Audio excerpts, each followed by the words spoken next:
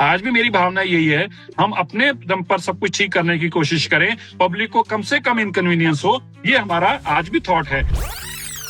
Sirsa Saab, do you agree with the larger argument today? Because clearly there's a climb down. You were very arrogant earlier, not you, the Delhi government, sir. That the Delhi government was arrogant earlier. You were being defensive, rather offensive sometimes.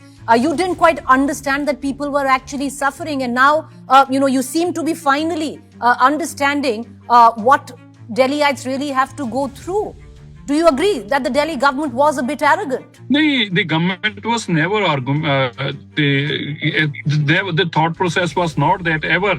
Since the starting from day one we have been working. ऐसी arrogance का तो thought process ही किसी के दिमाग में नहीं है। And I must tell you one thing, कोई मैं रातों रात नेता बन के रातों रात मिनिस्टर बना नहीं हूँ।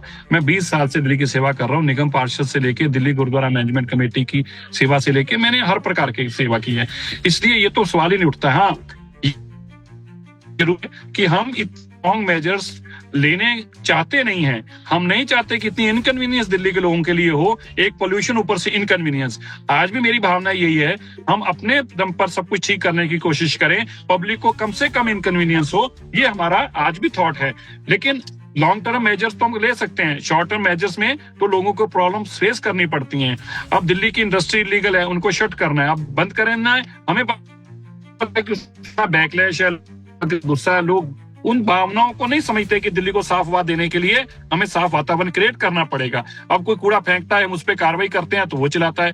अभी किसी की गाड़ी है, अब वो पीयूसी सर्टिफिकेट नहीं होगा, वो बिना पीयूसी के तेल मांगेगा, मिलेगा नहीं, फिर वो नाराज होंगे। लेकिन वो समझते नहीं कि ये सारे तरीके तो यही हैं पोल्यूशन को ठीक करने के।